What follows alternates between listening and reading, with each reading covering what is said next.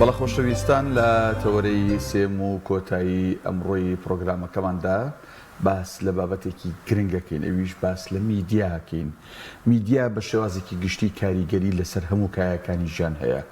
جاران ئەگەر میدیا تەقلیدەکە بریتی وایە لە تەلەڤیزیۆن و ڕادیۆ و ڕۆژنامەواتە بینرا و بیسرا و خوێنرا و ئێستا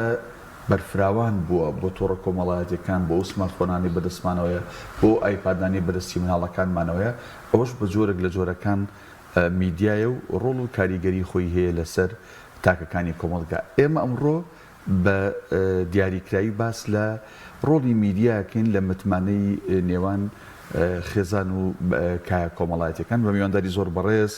دکتۆر هەتاو حەمە ساڵح، مامۆستای زانکۆ کە بە سوپاسەوە لە ستۆدیۆ لەگەڵمان میوانە. دکتۆر بەخێربێت. دکتۆر ئەگەر باس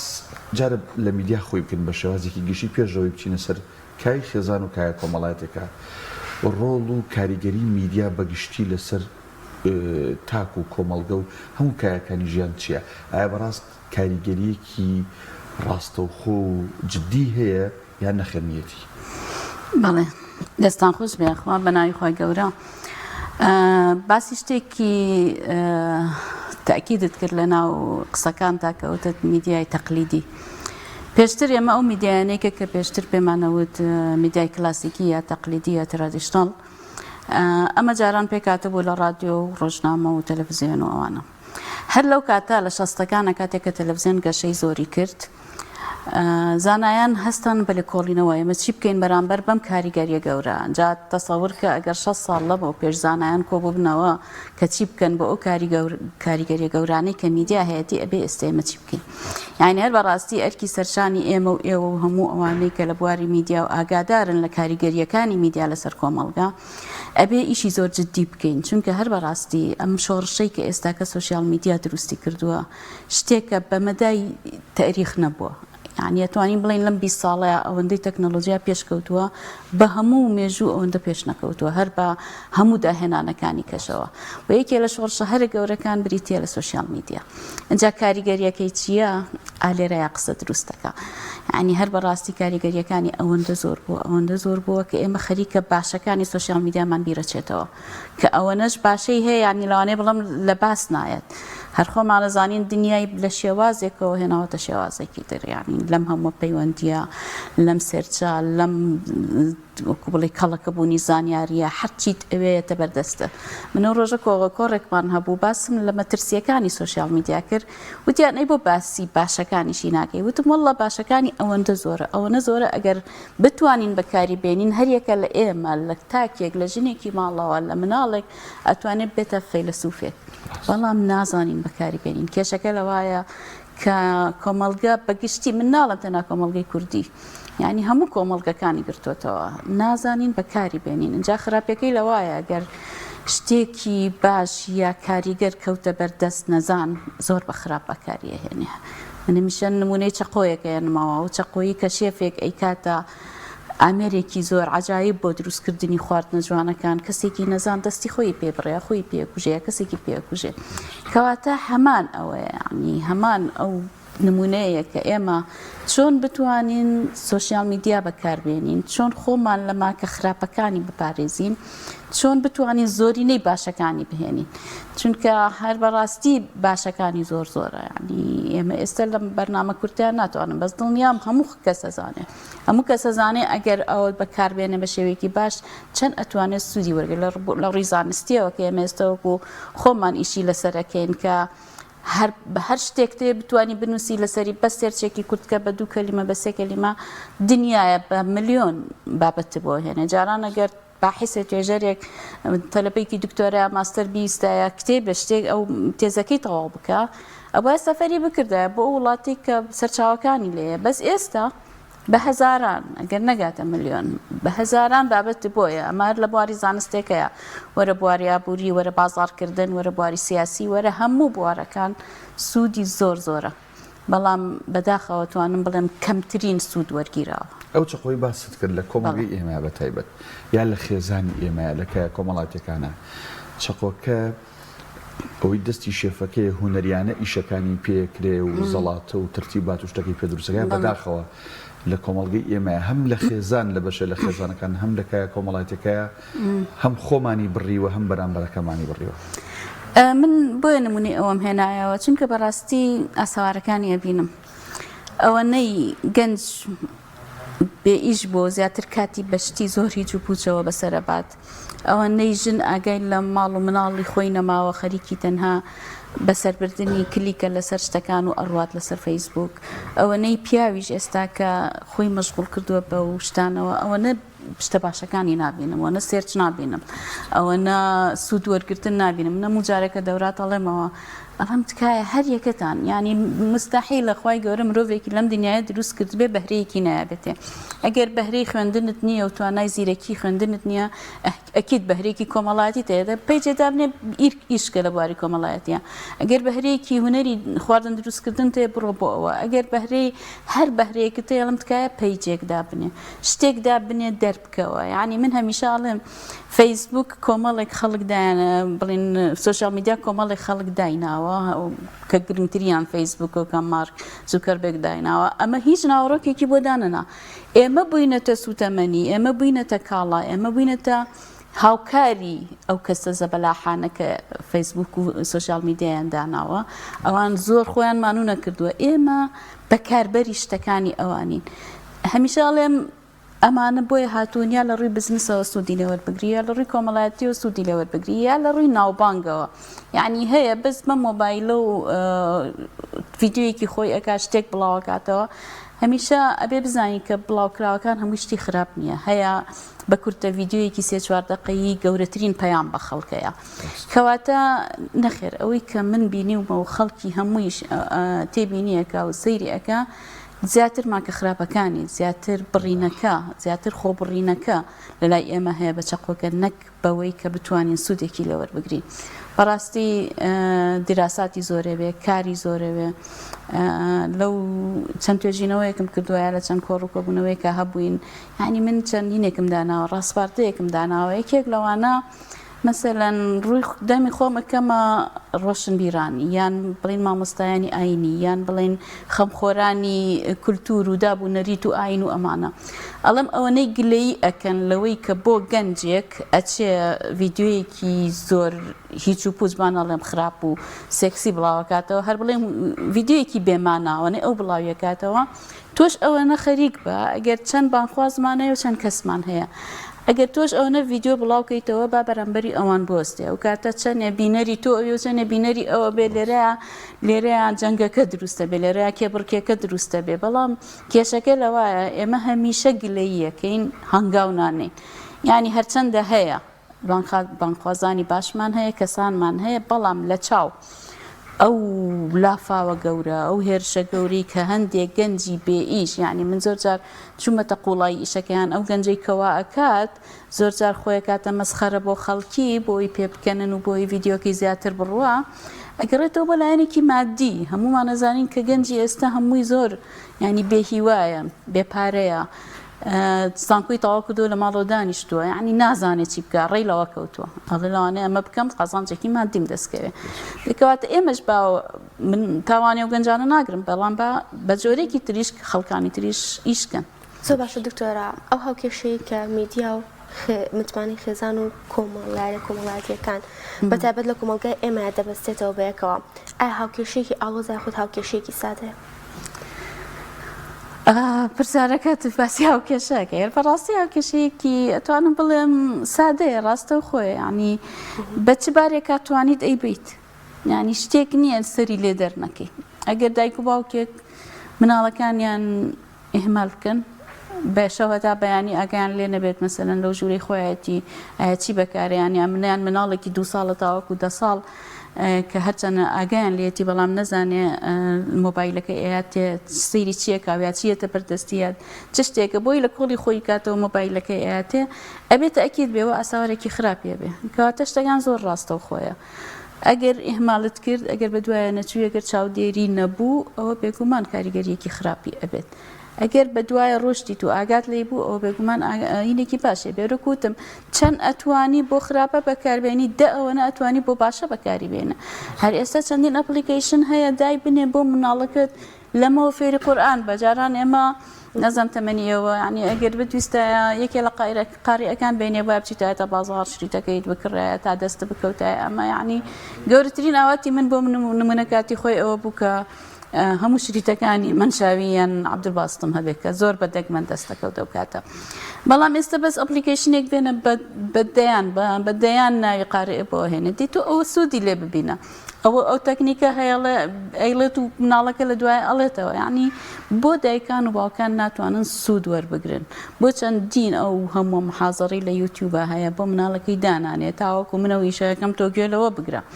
ئیتر خۆخۆمان نزانین شتی مناڵ جیاوازە شتی گەنج جیاوازە شتی تەنانەت بۆ خۆشی ئەو دایکە بۆ خۆشی ینی زۆر جارە توانێت لەگەڵ قاپشتنە گوێ لە محازەڕەیەک بگرێت زۆر جارە توانێت ئەوە بکە ینی بەڕاستی شتەکان زۆر زۆر بەردەستە بەڵام ئێمە بەداخەوە ناتوانین ئەو سوودەی لێ وەربگرین ئەم گرنگی پێ نەزانین دایک و باوک بەخۆ دەوڵەمەندکردنیان لە ڕێگەی میدیاوە ئایا بۆ ئەوە ئەگەڕێتەوە کە هۆشیاری کەمە هۆشیاری بێگومان هۆشیاری زۆر کەمە یان ئەتوانم بڵێم مەترسی شتەکە زۆر نازانم مەترسی ئەوە نازانن ئەگەر ئەم پشتگوێ خستنە بەردەوام بێ ئاساوارێکی زۆر خراپیە بێت ینی من لە ماوەیە ڤیددیۆیەکی ئەوروپا بوو هاتە بەردەستم باوکەکە خۆی لەگەڵ کەسێکی غەریبایە ئەڵێ پەیوەندی بکە بە کچەکەمەوە پەیوەندی بکە بە کچەکەمەوە بزانە ئەتوانی هەڵی خەڵەتێنی باوکەکە خۆیانی بۆ تاقیکردنەوە هەر لەگەڵ یەکەم پەیوەندیان لە ڕێیتر ئایا فەیسبووکە یا هەر شتێکەوان بەکاری ئەهێنن لەگەڵ یەکەم پەیوەندیا وەڵامیایەوە ڕێگەی بۆ دابنێت چۆن بێتە ماڵەوە ڕێگەی بۆ دانا چۆن بێتە ژوورەوە وتی باوکم لە ماڵ نییە وتی ئەمە وتی ئەوە ینی تەسەور کە چەند ئاسانە ینی من لە ماوەیە توێژینەوەیەکم خوێندەوە یەکێک لە ئەو شوێنانەی کە هەڵەسن بە ڕاپرسی و بە توێژینەوە چوونەتە سجنەکان تاوانبارەکانیان بینیوانەی لە بواری هێرشی ئەلکترۆنیا ئیشەکەن ئەڵێ شتێکی زۆر مەترسیداری وتەوە توێتی ئێمە وەکو باندێک زۆرترین کات کە مناڵێک بهێنینە ناو بازنەی خۆمانەوە 45 دقەیە کەمترین کات 90 سانیەیە یعنی تەسەوەر کە ئیتر خۆمان زانین مناڵ چەند پاکە چەند خۆش باوەڕە چەند ئەو ئازانێت دنیا هەمووی پەمەییەوە بۆ ئەو ڕازاوەتەوە ئەڵێ بە 90 سانیە ئێمە مناڵمان هێناوەتە ناو باندی خۆمانەوە جا دوای ئەو مناڵە هەر ئەوەنە هاتە ناویانەوە تەبەن یەکەم جار لە ڕێی متمانەوەمی کە تۆ باست کرد یەکەم جار متمانە دروستەکە تۆ پێویستە بە هیچ نییە ئێمە چیت بۆ بکەین ئێمە ئاوا هەرەوەنە هاتە ناویانەوە دوای ئەڵێ هەر لەوانەوە ینی ئەمە لە باسی ئیستیغلالی مناڵان بوو کە چۆن مناڵان ئیستیغلال دەکرێت بۆ ڤیدیۆی سێکسی چۆن مناڵان وان ناچار ئەکەن کە ئەگەر ئەوە نەکەی ئاوات لەکەین ئەگەر ئەوە نەکەی ئەبەم جۆرت لەکەین کاتە ئەم هێرشی ئەلکترۆنیە یعنی بەڕاستی ئێستا بۆتە مەترسیەکی زۆر گەورە لە ئەوروپا خۆیان نازانن چۆن چارەسەریکەن وەکوتم ماکە خراپەکانی هەر لای ئێمە نییە لەوانەی لای ئێمە کەمی ئەهوەنتر بێت تاوەکو ئەوەی کە ئێستاکە لە ئەوروپا دروست بوو لە بەردەم چارەسەریەکەیە یعنی دەستە و سانن نازان چی بکەن بەڵێ دکتۆرە باسمان لە میدیا هەم تەقلیدیەکە هەم ئەوەی ئێستا سۆشیال میدیام شۆڕشەی دروست کردووە هەر بەڕاست تواز لە سۆشیال میدیا بێنە با بێنە سەر میدیا تەقلیدیەکە لە هەرێمی کوردستان ئەم هەموو کەناڵە فەرمی ئیعلامیەمان هەیە ئەم هەموو تەلەڤیزیۆنە ئاسمانی و لۆکاڵیشمان هەیە ئایا ئەمانش بوونەتە جێی متمانەی خێزان و کۆمەڵگا یان بەداخەوە زۆرینەی ئەمانە پارە لە شتێکا سەرفەکەن لە بەرنمەیەکا سەرفەکەن لە کاتێکا سەرفەکەن کە هیچ سوودێ بە خێزانەکان ناگەنێت بەڵکو و تاکەکانی خێزان کچەکانمان کوڕەکانمان گەنجەکانمان بەلاڕێیابن بەڵێ سێرکە وەکو خۆت وتت کەناڵێکی زۆر و زەبەنەکراوەتە ینی هەر بەڕاستی میلەتێکی وەکو ئێمە کە 6 ملیۆن کەسین زیاد لە 1000 دەستگا هەیە و 300 نازام تەلەڤیزیۆن هەیە و ئەمانە یعنی ئەمە یەکەم بۆتە بزنس دووەم بە هەدەردانی بەڕاستی پارەی ئەم میلەتەیە چونکە ئەزانین کە ئەوانەی کەناڵەکان ئەکەنەوە بە 1 و 2 3 و 4 ناوەستن خاوەنی پارەی و سەرمایەیەکی زۆرن کە زۆربەی زۆری لای هەمومان ئاشکرایە کە ئەم پارەیە پارەی میلەتە و پارەی خەڵکە کە براوە دەست ئەوان و ئێستاکە بۆ قازانجێکی مادی و معنەوی خۆیان بەکارهێنن هەندێک جار بۆ بانگەشە بەکاری ئەهێنن یعنی هەر بەڕاستی کەناڵەکان یەکەم بوونی کەناڵە هەواڵیەکان با ئێمە هەر لە زۆر فەرمیەکانەوە دەست پێ بکەین. هەواڵیەکان هەمیشە بۆ سەبقی خەبەری بۆ ئەوەی کە زۆرترین خوێنەر و زۆرترین بینەریان هەبێ کە ئێستا لە پەیجەکانیانە بۆی سەردانی کاریان زۆر بێ، یعنی هەر بەڕاستی دێن هەموو هەواڵێک هەڵەڕژنا بەردەستجەماوەر. ئێمە هەمیشە لە هەواڵای خوێنین، یعنی هەواڵ ئەبێت چەندین دەرگاوانی هەبێ، یعنی ئێمە گەیتکیپینمان هەیە کە ئەبێت هەواڵ دەرگاوانی هەبێ، ینی یەکسەر نابێ هەواڵە بچێتە ژوورەوە پەخشکرێ بۆ خەڵک بۆ کۆمەڵگە، چونکە ئەو هەواڵە ڕاستە لە سەبقی خەبەریات و ئەبیتە یەکەم، بەڵام ئایا ئەو هەواڵە چەند کاریگەری نێگەتیفی بەسەر خەڵکەوە هەیە. تۆ ئێستا بەس بڕۆ دراسەیەکی تاکی کوردی بکە، مێشکی تاکی کوردی بکە، بزانێت چەند ئالوودەیە، چەند بێتاقەتە، چەند یعنی بەڕاستی دەروون دروست نییە، چونکە ئەمەنە هەواڵی تاوان و نەبوونی موچە و بێ نەبوونی ینی سیاسەتێکی بەڕێوەبردننی سیاسەتێکی خراپ ئێجارێ 200 جار ئەم شتانە ئەوترایە و هەروترایە بەدەم بە مێشکی خوێنەرادرا، بەڕاستی ئەو خوێنەرە ئەو بینەرە ئیتر لە حاڵەتێکی بێتاقەتی هەمیشەیە ئەیبینین. ئێمە ئێستاکە ئەگەر تاکی کوردی ببینین کەسێکی نۆرماڵ نییە، هەمیشە تووڕێیە، هەمیشە ناڕازیە، هەمیشە بێتاقەتەوە، لە هەمووی خراپترەوەیە هەمیشە متابعە. یعنی من زۆر وڵات گەڕاوم، خەڵکی یا سیاسیەکان زۆر متابعی سیاسەتەکەن یا کەسانێک کە بیانێ دەرکەون. بەڵام ئێمە لە سایق تەکسیەکەوە بیگرە، لە دوکاندارێکەوە بیگرە، ئەوەی وەزیرێک لە بواری سیاست تاشتەزانێ، ئەمە احتیمال لە هۆکاری ئەوە بێ پێویستی پێێتی، پێویستی بەوەیە کە چۆن بزانێ لە ڕووی سیاسیەوە تا چەندێ وڵاتەکەی مستەقرڕە، ینی ئەمە هەر لە ئەوەڵەوە بەمان هاتووە، هەر لە جەنگەکانەوە. کەواتە بەڵێ وەکو دەروون دروستی تاکی کورد کاریگەریەکی زۆر خراپێ بوو، وەکوتم هەر لە کەناڵە هەواڵیەکانەوە دەست پێ بکە. ئەنجاوەرە بۆ کەناڵەکانی تر کە بێگومان من هەموو کەناڵەکان بە عموم ناڵم، کەناڵێکی وەکۆمەی ئێوە وەکو سپێدە وەکو چەندین کەناڵی تر کە ئەتوانن تا ڕادەیەکی زۆر باش هاوسەنگی ڕابگرن لە نێوان گەیاندنی هەواڵەکانەوە، لە نێوان لایەنێکی کات بەسەربردننی تەرفیهێکی سوود بەخش. یعنی یەکێ لە کێشەکانی میدیا و سوشال میدیا ئەوەیە کە خەڵکی مەشغوڵ کردووە بە کات بەسەربردن. کات بەسەربردن ئقەی ناوتمان نیو سەعات سەعاتێ تا 2 سەعاتیش قەی ناکە، بەڵام تۆ بگاتە 7 ساعت و 8 ساعت تۆ هەموو کاتەکەت بە تەرفیه بەسەربەری، بەڕاستی ژیانت ئەڕوا ئاگات لە خۆت نییە، ئاگات لە خۆ نییە، بەس خەریکی شتانێکی کە لە دواییە زەربی سفرە، هیچ سوودێکی بۆ تۆ نەبووە. کەواتە ئەمە ئەگەر بابەتەکە نۆرماڵیش بێ، ئەی چ جای ئەوەی کە بابەتێکی مدەبلەج بهێنن یا کەسێکی با من هەمیشە نەڵێن مۆدێڵەکان لەوانەیە چەندین کەسیشای بێ لە مۆدێڵەکان خراپتر بێ بهێنن، پیشانی ئەو خەڵکی بیان تەرویجی پێ بکەن، بەرنامەی بۆ ساز بکەن، پیشانی کچانی گەنجانمانی بن، پیشانی کوڕانی گەنجان بن، ئیتر ئەو کاریگەری نێگەتیفانەی کە ئەو بەرنامانە یان ئەو مدەبلەجانە یا هەر فلیمێکی تر کە شتانی واقعی خۆت نەگەێنێ بە خەڵکی بێگومان ئاساواری زۆر خراپی هەیە و ئەمە یعنی دیارە، یعنی زۆر بە وازەحی دیارە بەسەر کۆمەڵگەکانمانەوە. تەنان دەگەر ئەو بەرنامانەی کە تەرفیهین، یعنی ئەوەی کە پێوتێ بەناو لە بینی دوو کەوانەیە کۆمیدیش بن، ئەنی جاریوە لە کەناڵەکان بەرنامەی خۆمانەشن، ینی کارکتەرەکان کوردن، بەڵام قسەی ئەوە نشیاوەکەن، ینی زۆر خراپ تەنان لە هەواڵەکانە. ئەنی ئێستا هەندێک کەناڵ یا هەندێک بێژەروای لێهاتوو بۆی بناسرێتەوە، بۆی ڤیوی بۆی ناو خەڵکا بڕوا، لە ناو هەواڵی سیاسیا قسەی بێمانە، قسەی ئەدەبن لە ڕووی مەجلیسەکە و بیدنا، ئەنی هەندێک وشەی سێکسی بەکارێنن، هەندێک دەستەواژە بەکارێنن کە بەڕاستی ئەگەر ئەم وڵاتە ساحەبی بنابێ ئەوانە بڕات. خۆیر بەڕاستی میدیا لە کوردستان بێخاوەنە، یعنی ئێمە ڕاستە لەگەڵ سانسۆری میدیایە بە هیچ جۆرێک نین، لەگەڵ چاودێر و ڕقابەیان نین، بەڵام لە هەموو شوێنێک میدیا لێپرسینەوەی هەیە، یعنی کە ڕۆژنامە نووسێک بەو جۆرە دەرئەکەوێت پێویستەکە قسەی لێپرسینەوەی لەسەر بکرێ،